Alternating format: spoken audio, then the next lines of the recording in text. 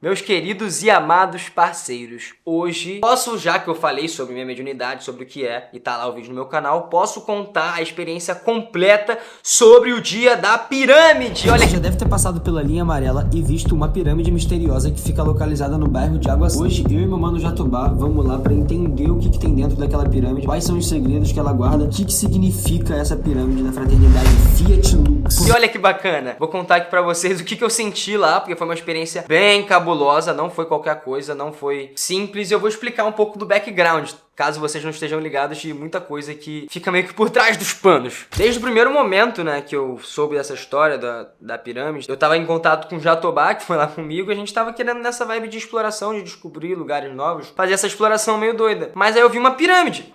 O que é uma pirâmide? É um portal, é uma abertura de portal. E ali ficava uma fraternidade, chamada Fraternidade Fiat Lux. Resumindo, já sabia que ali rolava energia pesada ou não, uma mistura de energia direcionada dentro de um portal. Porque a pirâmide, ela é uma abertura de portal. Por quê? O que eu já sabia antes de ir lá? Os primeiros estudos aí relatados da primeira sociedade que trouxe esse conhecimento esotérico foram os egípcios, né? Eu li um livro chamado, uma trilogia, chamada Os Exilados da Capela, que explica um pouco sobre essas sociedades perdidas, perdidas não, né? As primeiras que vieram pra cá e com um conhecimento tecnológico diferente, que são os egípcios, os astecas, os incas, os maias, enfim, por aí vai. Por que os egípcios construíam pirâmides? Aí tá, é um túmulo. Vocês sabem, né? A múmia fica lá embaixo. Mas a pirâmide, ela é só construída pro faraó estar ali. Pro faraó, ele acredita que tem uma vida dele eterna após a morte, que é no espiritual, que eu também acredito. Mas na maneira que esses manos, né, os faraós acreditavam, eles simplesmente iam preservar o corpo dele para ter o contato com uma entidade, seria o julgamento de Osíris, ia pesar o coração dele. Se ele não fosse tão puro o suficiente, ele não ia conseguir triunfar e governar no espiritual, mas ele acreditaria que ele poderia ser meio que um faraó e continuar isso do espiritual. Eu não acho que isso é muito maneiro, justamente porque tem muita coisa em relação a materialismo preso nisso. E eu acredito em Jesus e tem nada a ver, né, com a missão que eu sigo e que eu acredito. Porém, a gente sabe que é uma abertura de portal, porque isso já é um conhecimento que tá aí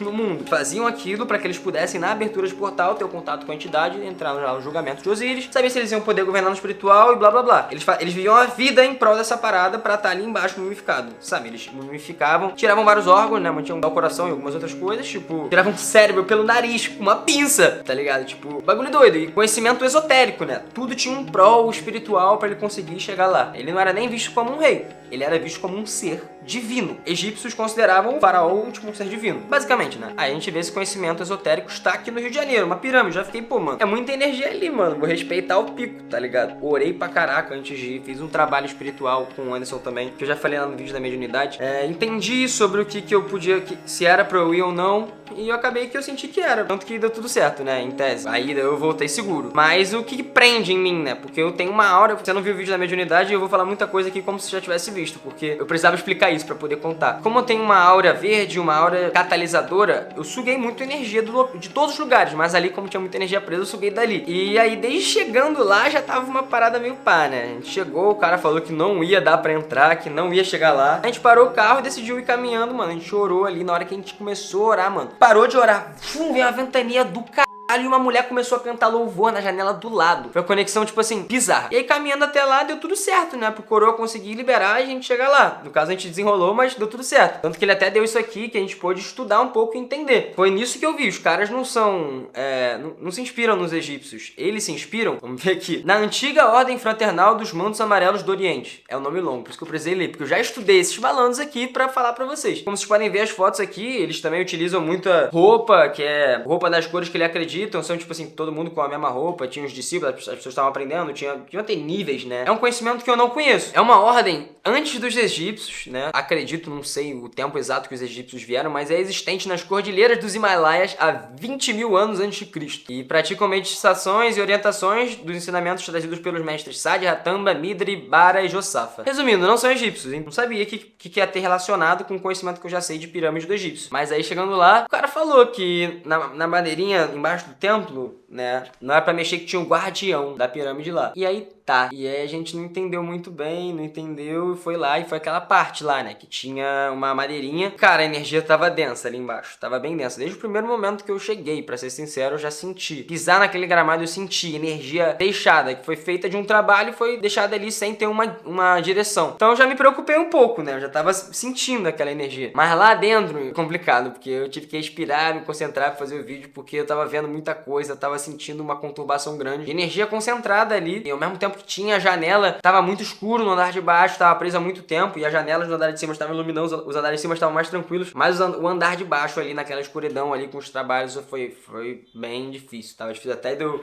tá difícil até de eu falar aqui sobre. Mas é muito canto cheio de energia presa. E aí eu fiquei com medo, né? Achei que essa parada podia ter perseguido até minha casa, tanto que veio um pouco. Isso atrapalhou um pouco minha energia. Deixou num momento um pouco conturbado de emocional. Então eu tô tendo sempre que ficar muito atento com essas paradas que acontecem, tá ligado? Mas basicamente, esses caras, a gente não sabia o que o manto do Oriente fazia. A gente chegou lá, viu isso no papel, a gente chegou aqui em casa, a gente foi pesquisar pra entender mais sobre. A gente viu fotos, diversas fotos sobre lá no Fiat Lux que aconteceu. E a gente achou na internet que ele morreu em 2010, não sei. E fez o sentido. Ele ser o guardião da pirâmide e foi o momento onde a parada parou de funcionar, entendeu?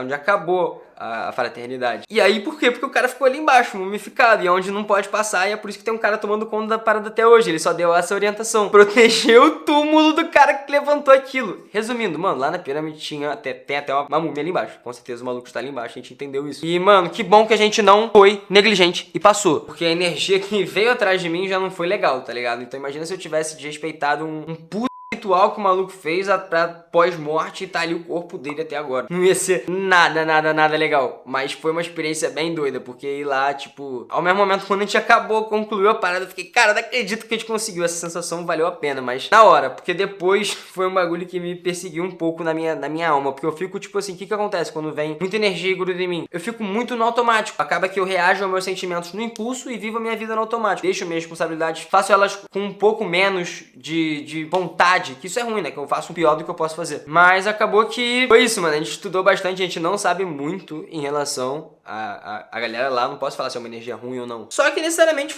não foi trabalhado e tá ali jogada a energia. Então eu me afetei. Mas não sei se os caras lá eram do mal, ou se faziam energia ruim, ou se não faziam. Mas é bem enigmático. Tem um cara tomando conta, né, da pirâmide desde então. Meio bizarro. Deve ter uma família bancando a trajetória do cara pra chegar no espiritual, mano. Uma doideira. Não sei se eu, sei lá, brisaria muito nisso, porque a gente tá em espírito, a gente vai morrer. Eu acredito que a gente vai morrer e já vai, tá ligado? Não sei qual que é a brisa da mumificação. Mas eu fiquei muito curioso. Eu já sei como acontece com os egípcios, não sei qual era a brisa desse maluco, se é sobre o julgamento de Osíris, sobre entrar no mesmo laço dos egípcios, tá ligado? Pra querer governar também lá, ser o sacerdote, se era o faraó da rapaziada ali. Sei lá, mano, me deixou muito curioso, me deixou com uma vontade de pesquisar. Só que eu também não quero ir ali também, eu mando ali, pô, deixa eu dar uma olhada nessa múmia aí, ver o que eu sinto aqui. Vai ficar uma eterna curiosidade aí, e o vídeo tá aí pra vocês verem, mano, porque foi uma experiência bem doida, a gente mostrou tudo, tinha vários artefatos, né, que são feitos pra trabalhos espirituais, isso carrega muita energia e é o que eu mais vejo fisicamente, a entidade afeta. Eu só não queria, naquele momento, entrar no assunto e falar exatamente o que eu tava vendo, porque eu nunca tinha inserido mediunidade, né, aqui no canal e falado pra vocês, mas eu já falei no vídeo, já fiz esse vídeo, tá lá no meu canal, explicando o que é mediunidade, o que ela é na minha vida e como eu vivo com isso. Espero que você tenha gostado, espero que vocês gostem desse conteúdo, trocando ideia sobre opinião também. Deixa aqui embaixo o que você quer saber, minha opinião, o que a gente pode trocar uma ideia maneira, qual tipo de conteúdo. Amo fazer esses conteúdos, trocar essa ideia, então pode deixar a ideia mesmo, rapaziada. Vocês são bravos, obrigado por estarem engajando, curtindo os conteúdos. Vocês viram que a volta, eu acho que no início vocês devem ter pensado, só o Digo, botando uma pressão, cara, volta é verdadeira. A volta é verdadeira. Acharam que eu não ia voltar, né? Vem! Tamo junto, time. Muito obrigado, galera. Muito obrigado, Jesus Cristo, Senhor. Tamo junto, eu sou capaz e você também é. Tamo junto, rapaziada. Valeu e é nóis. Uhul!